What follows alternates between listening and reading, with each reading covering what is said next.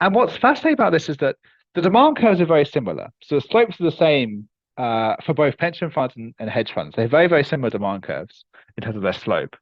But banks have a much flatter supply curve when they're supplying swaps to pension funds compared to when they're supplying swaps to hedge funds. And that has a very important economic consequence. It means that, imagine you have a very flat supply curve.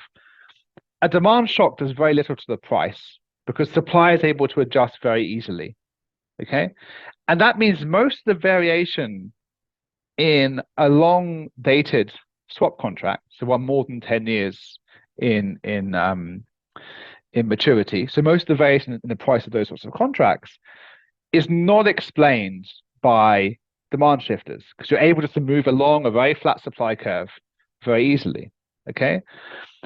And all the variation is then explained either by shocks to bank supply, so the supply curve shifting up or down, or expected inflation moving.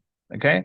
And that means that long dated swap prices, so more than 10 years, are actually quite informative about inflation expectations. So you should look at those like long dated prices to get a sense of like what are long term inflation expectations. In contrast, in the short market, because you have an upward sloping supply curve now, it's not very flat.